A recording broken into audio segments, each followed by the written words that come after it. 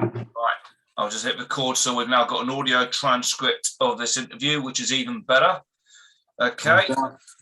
So, right, we're comfortable, yeah? Yep, all good. Excellent. Okay. All right, first up, let's get down to brass tacks, to quote the American vernacular. You've got a show coming up on Sky called the Fizzy Freestyle Challenge. I think it's the second series, if I'm... Let's start again. Let's start again. Okay. Right. You got a show on Sky coming up. One sec. It's called MC Fizzy. MC Fizzy. Just MC Fizzy, no freestyle. Yeah, it's not Mac, yeah. It's not Mac, yeah. It's MC. Okay. So it's MC Fizzy, second season, all right? Yeah. Okay. Now, for people like myself who don't have Sky, because obviously Sky's very expensive, can you provide a précis for the show and the structure, please, as to what the show's all about? Oh, sorry, what's it? Shall we start that again, from the MC Fizzy part? Yeah, I think it's best. We can edit. Yeah, let's just start it. Yeah, let's just start it all again. Right. Okay. So, question one, if I may. Okay, you got a new show coming up on Sky called MC Fizzy. It's the second series. Yeah. Can you provide? Can you tell me what the show is about, please, and for everyone else who'll hear the interview? Yeah. So basically, it's a freestyle challenge, okay, but it's the real essence of freestyle. It's not pre-written, it's, you know, the real essence of freestyle. So just whatever comes to your mind from the universe, boom, straight into the, you know, from the ethos straight into manifestation. So, okay. Would this be just exclusive to hip hop, or would it be drum and bass or garage or other subgenres? Yeah, so basically every episode is a different genre.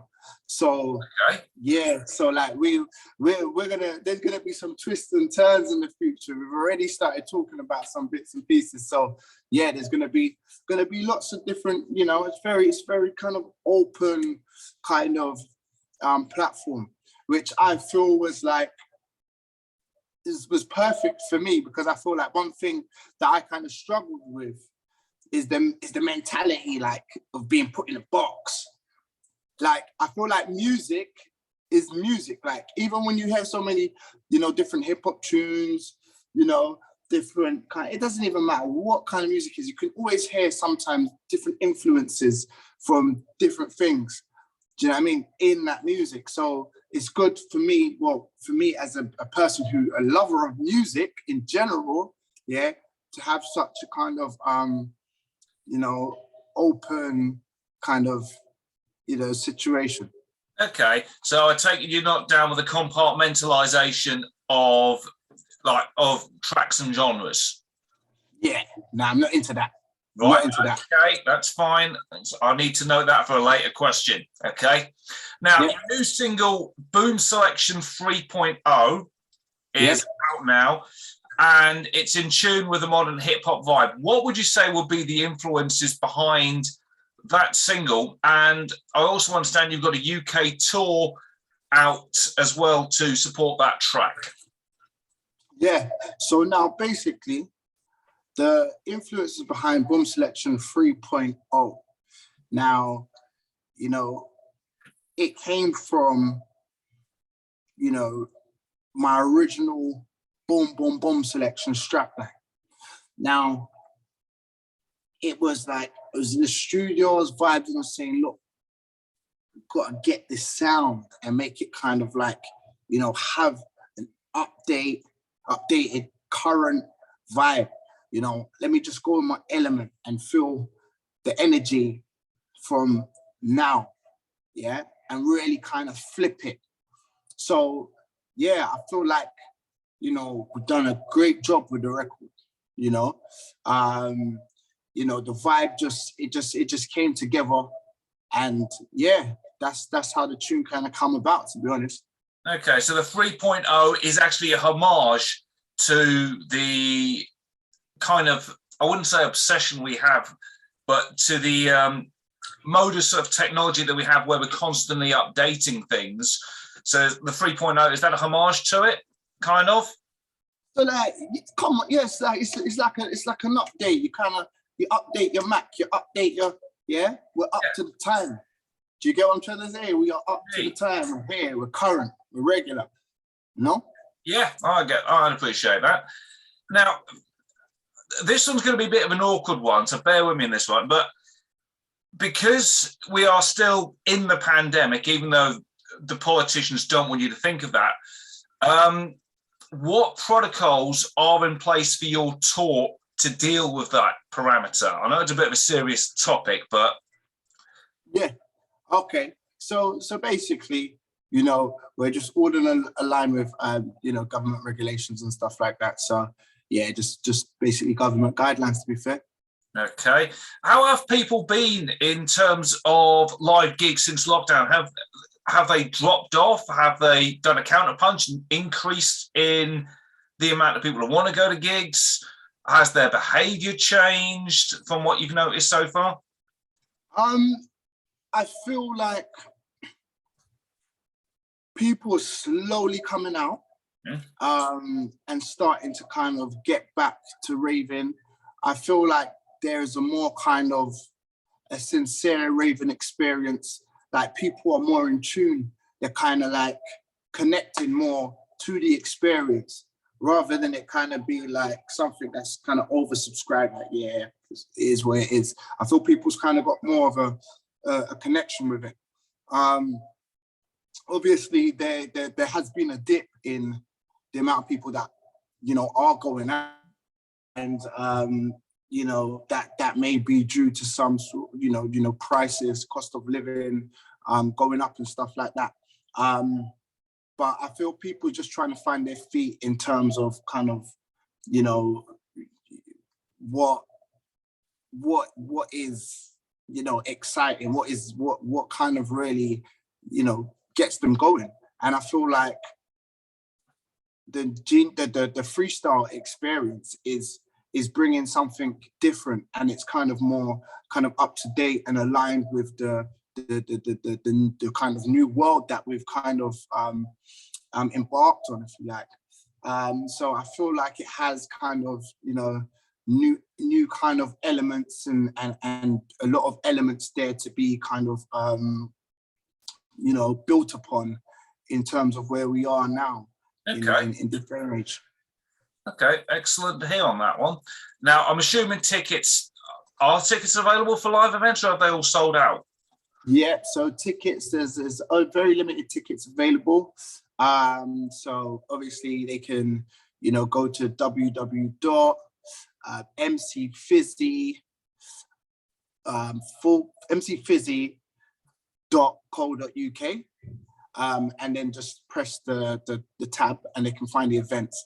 So if they look at the tab on the right-hand corner at the top, they'll be able to, drop down and then just go to like events, and they can see all the upcoming events. We've got Liverpool,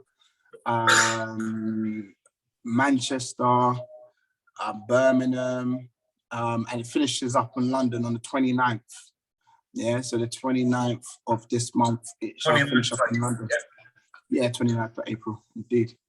Okay. Now, this one I've got to put in purely for my own interest. This is self-interest at heart, whereas with a lot of the questions I spoke to Jason about on mixhitradio and collaborated with him a little bit.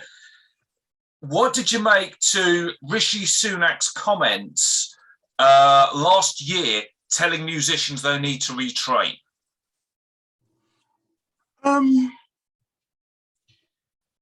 Well, do you know the reason behind that comment? The reason, as far as I was gathered, was that the industry, obviously it was locked down, and there was no gigs going on, and there was no support from the government. I can tell you that much for now. So the comments were made I think just to annoy musicians, frankly. At least that's what they've done. So yeah. I feel it's a bit of a funny one, to be honest. Like, in terms of, music is something that comes from the heart, comes from the soul. So, for me, they'd have to break down that comment a lot more for me to kind of get an insight as to what they mean by that. I'd have to dissect that a bit more to make a kind of valid, to give you a valid response, to be fair. But, in terms of, are people a bit rusty? Well, if they were practicing in lockdown, maybe not. Do people need to get back on it? I mean, like, it's a motor skill, isn't it? Like, you don't forget to ride a bike, do you? Do you know what I mean? So it's like, what do you mean? How deep do we want to go here? You get what I'm trying to say? Well, on that one, on a light-hearted tangent, I can't ride a bike, so that's probably not the best analogy to use. It's all good, man. Don't worry. Once you practice, those neurological pathways will get in check and keep you on board, man. Okay. You mentioned lockdown. That's actually quite a good segue. Did the lockdowns help you or hinder you as a musician? Do you know what? It made me really tap into what was needed from me in order for me to feel comfortable within, the music industry, and really tap into, talent. Because for me, I don't just enjoy my own talent. I enjoy other people's talent as well. So for me, I feel like for me to be satisfied with, my position in the music industry, in just doing what I love, like it's a combination of people and hearing what people's got to bring to the table, and I that's where I kind of enjoy, that's how I enjoy music anyway. Okay, I must admit, this is only the first time I've ever done an interview, and I'm already adjusting questions on the fly as a direct result. You say you enjoy other people's. Nice, well done. So I'm going to bear that in mind. I've got a surprise at the end for you at the end of this show. Okay, I'll leave it there. With the music industry now reliant on streaming audio, what is your feeling on audio streaming compared to, because I heard of you when I was dealing with like Genius Crew, of course, Bob, and you still had vinyl and CD sales. Now, yep. Vinyl's making some sort of comeback, but it's not going to be the main seller. CDs are dead of an Adodo's mobile phone battery. It's the primary source. So how do you feel about that? For me, it's more accessible. Yeah. So it's almost like a gift and a curse, because on one hand it makes things more accessible, and sometimes where things are more accessible, they're more disposable. So I think in that sense, you can argue the difference there. And obviously with physical sales, that people they went out and made a day of it, wasn't it? So that people used to go, okay, cool. I am going to get a Genius Crew record, and I'm going to buy the record, I'm going to buy the CD, and I'm going to buy the tape, because I've got a record player, and I've got a CD player, and I've got a tape cassette player. So, at the end of the day, let's go out, make a day of it. They might go and get some trainers or whatever, go and eat some food, and then they'll hit our price, West End and stuff like that, HMV, and they make a day of it. So there was more experience in that sense, with the physical. But I mean, it's obviously it's great streaming because you can hit so many places around the world, so much more easily. So yeah, I think that for me, I'd say it's a gift and a curse. Okay, I must admit, you referenced cassette tapes and our price. I'm gleaming inside because I remember going to our price, and I still remember buying singles on cassette tapes. They've gone for a Burton now. They've been replaced with this myriad of CDs. So I know it's crazy, man. Your collection. Let's talk a bit about that. That's mental. What's going on over there? Well, you can't see all of it, but I'm 6'4", by the way, right? Yeah. Yeah, and that's me next to my collection. So it's 6 foot by about the same width, right?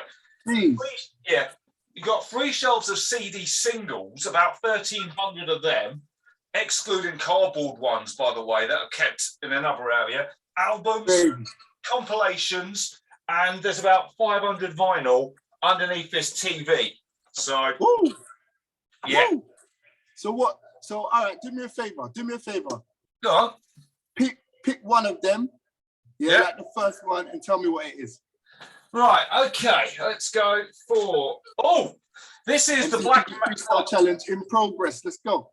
Okay, this is the Black Magic's album, the 3rd album, Darkness and Starlight. Probably the worst of the 3 albums that they made, to be fair. But what they did was they teamed up with Nobuo Uematsu, who did the soundtrack to Final Fantasy, the computer game series. Oh, and turned those tunes into, I wouldn't say Japanese rock, just into proper hard guitar power rock, the guitar power ballads. So you get the soundtracks like Grand Cross, The Extreme, Neo. I mean, bear in mind, I never played Final Fantasy, and I'm still into these tunes. So that yeah. So who was around them times? Who was their sort of competitors, and who was hitting big around them times there? I don't know if anyone was their competitors. This is unique even by their standards of Japan. But computer games in Japan is phenomenal business. And I'm a big fan of computer game music, particularly from the 90s, early post-millennia. I mean, I've got soundtracks to Streets of Rage, Sonic the Hedgehog. Streets of Rage. Yes, that is my old school. I've got that as a reward for completing uni. So, hold on. Man said Streets of Rage, you know. Yeah. Level. This CD, right, I've got it here. It's actually listed under the Japanese name, Bare Knuckle 2, Yuzo Koshiro, the official soundtrack. That was my reward for completing university. Crazy. You got some history there in the archives, man. Oh, I've got music so rare they still go moo in the middle, believe me. And no genre restrictions. That's the thing. This is where I do see where you're coming from, because although I like to compartmentalize music, it is impossible for me to say I don't like a whole genre. Even in genres of music where I'm not a fan of the majority of it, there's 1 or 2 artists that break the mold and go, you know what? I like that. 100%. I'm with you on that. 100%. So that's how I feel on the music scene in that regard. In that sense, we're soldiers of the same struggle. Yeah, although probably not the best vernacular to use given the current climate in the news, but I get where you're coming from. Yeah, definitely. Right. Now, going back to the original questions, if I may, would you say image is now more important than talent in the music industry? Would I say image is more important than talent? All right, so in terms of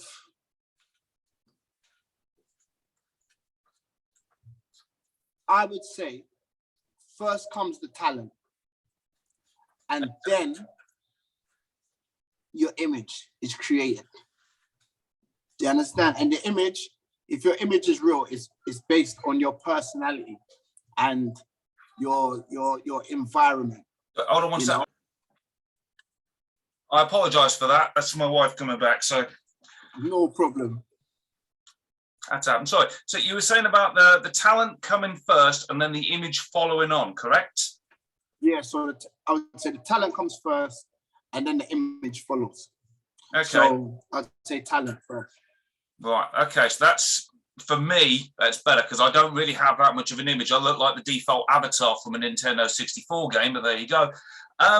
Has social media made this misconceived perception of image being superior to talent? Has social media made that worse, or has it benefited musicians? I feel like it's put a lot of strain on people. Like if you're not in tune with yourself, I feel like it's quite a quite a difficult place for people to be. So yeah, in that sense, I feel like, yeah, it's put a strain on people, and I feel that you know, we need to be aware of the potential kind of mental health effects that can have on people as well. And yeah, people need to be kind of more aware of that, and, you know, learn how to kind of separate themselves from their phone and social media at times. You know, you gotta have your switch offs, you know? Indeed. It's important. Okay, I'm with you on that. Now, okay, what's happened to the UK garage scene? Because, as I said to you, I was first introduced to you the Course blog, and I think you had Boom Selection from the 1.0, if you will, beforehand. What happened to the UK garage scene? Why did it die out almost as quickly as it arrived from the mid to late 90s? I just think it's evolution, isn't it? Like, music always goes through cycles. Like, no matter what genre it is, all the genres are kind of had its kind of, you know, place in the charts or whatever. And it dying out, I wouldn't say that's good terminology. It doesn't die. Music never dies. It just, you know, what's seen as popular is kind of, you know, driven through. And then that's what, you know, people are, you know, impressionable by, you know, advertisement and what they hear the most. So I feel like hasn't really died. It's just kind of, you know, because, like, for instance, if you go to Garage Nation, for instance, you'd see thousands of people, and they're raving to garage. Like, it's still one of the most kind of rave to genres. So it's kind of like, you know, I don't see music like that. Okay, I apologise for the term. Garage is not in the mainstream. That's the point I was trying to get across. I didn't mean it.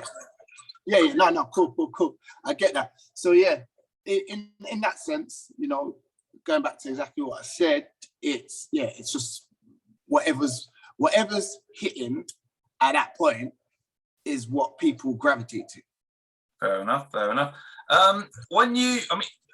Do you DJ, or are you strictly into music production? And if you do DJ, is it vinyl, CDJs? Is it a controller? What's your weapon of choice? I don't DJ. Do you know what? I've tried to DJ, yeah? Tried to DJ, and I was quite good, you know, decent. But I've never really kind of like continued trying it. I've tried it a couple of times. I'm quite good at timing things up. So in that sense, yeah, but a DJ is a bit more than that. It's like knowing when the drop is, knowing when to drop the tunes in next to that drop, knowing how to mix certain, you know, bits and pieces with each other to kind of, you know, bring that element and kind of, you know, bring that kind of wow factor, impact factor at certain points. And, you know, I haven't gone as far as that, but I kind of understand the science of it, because I've been around a lot of DJs and MC'd on a lot of great DJ sets. So, you know what I mean? So it's kind of like, I get it, but I haven't actually delved into it like that. Fair enough. Now, this really surprised me. I did a bit of research for you for this interview. In 2002, according to my research, you teamed up with the Wu-Tang Clan. Yeah. I've got to. I mean, that just blew me, because I'm a huge Wu-Tang fan. Yeah, come on. Even you team up with that, I'm thinking, what? Okay, how did that start? I've got to ask, how did that start about? Yeah, it's crazy, because like at that sort of time, we were kind of like one of the first. Actually, we were actually the first crew to be signed. So there was a lot of heat around what we was doing at that point.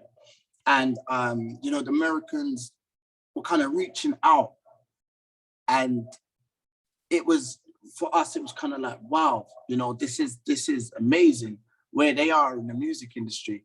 For them to kind of like be kind of looking around the UK for talent, because there's lots of different people reaching out. You had, you know, figures like Dipset, connected to a crew called SAS, and then you had like, you know, you was having kind of like, you know, the Rockefeller was sniffing about, and you know, there was lots of different things going on at the time.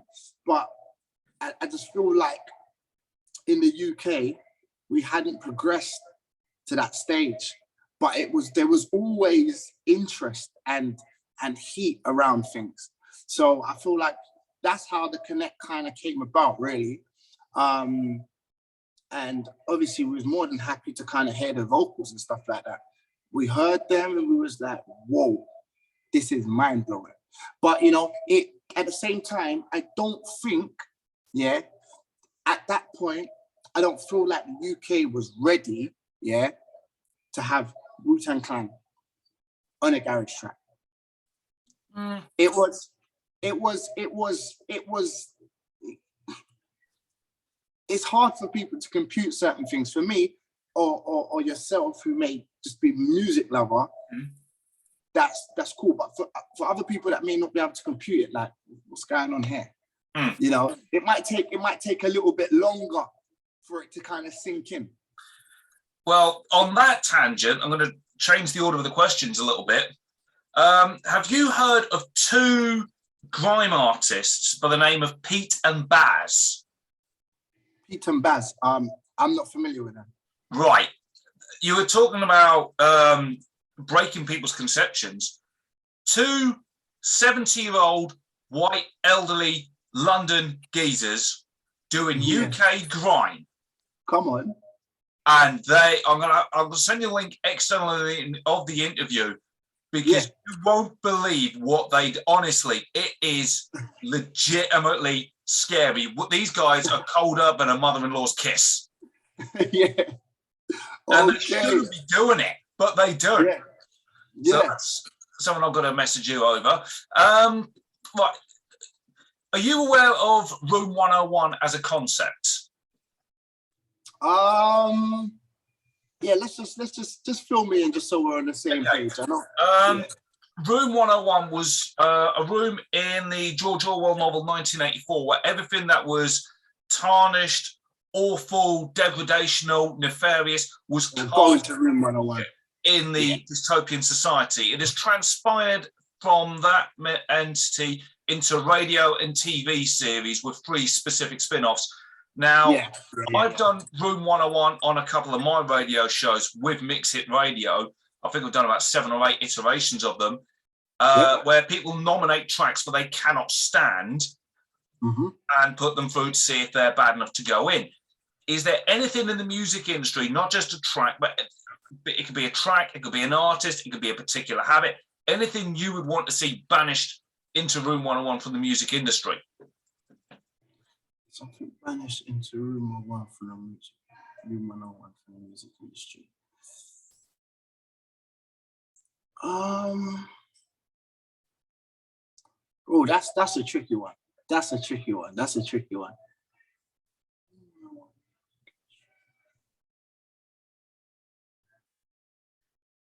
I would say that boxing of music, like, I think it should just be like, just music. That's what I'd say. So you put the compartmentalization of music in the room. Okay, that's a tangent I weren't expecting, but it's a good one. I wasn't expecting that at all. Okay, I think I've covered all the questions from the interview. It's been a great interview. I learned a lot from you, so thank you very much. I've enjoyed it myself. Yeah, excellent. I'm glad you did. I might take a little bit up that now, because I did say I was going to have something to surprise you at the end. I do make my own tracks for drum and bass and hip hop now. So sick. Excuse me. So if my throat doesn't give out, I'm going to bust a freestyle for you to the hip hop vibe. Okay. Now I'm not going to do it. Right. I'm going to do it. I'm not going to do it. Okay.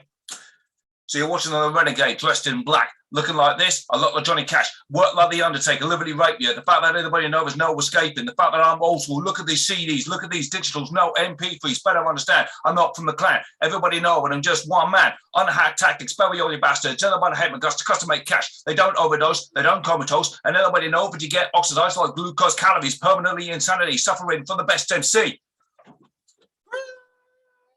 Listen, that deserves a Freestyle Challenge Award, man. Well done. Well Thanks done, very bro. much. Well done. You brought the heat there. You brought the heat. Yeah. Nice one. And so, was that off the top, or was that pre-written? Just off the top, mate. I don't do pre-written stuff, mate. I've got lyrics and stuff for song titles, but I do go political with the music tangent. And this is where me and you might differ a little bit, because I attack society and all its flaws, such as I've written a song about 9/11 and the political tangents, the terrorism, and the Blair, Bush and Brown being the main protagonists of that. So, right. Yeah. Whereas if your stuff, from what I've heard, it's not that politically motivated. I can safely say that. I know you're not. Yeah. I know you're not a fan of boxing music but yeah, I can say you're not politically. What's your next big project? I just talk about any topic as and when, whatever the vibe I'm feeling there, I'm feeling whatever. You know, I've got other stuff that people haven't heard. Do you get what I'm saying? So I just go with the vibe and I just move with the frequency, what I'm feeling at the time. All right, excellent. Well, thanks for that. Much appreciated, Dean. Hope your projects work out so well. And if you need any music, chances are I've probably got it in my collection. So don't work too long. If you need anything, let me know. Thanks so much. Cheers. Respect it, man. Nice one. Thanks. Much appreciated. Bye. Big up.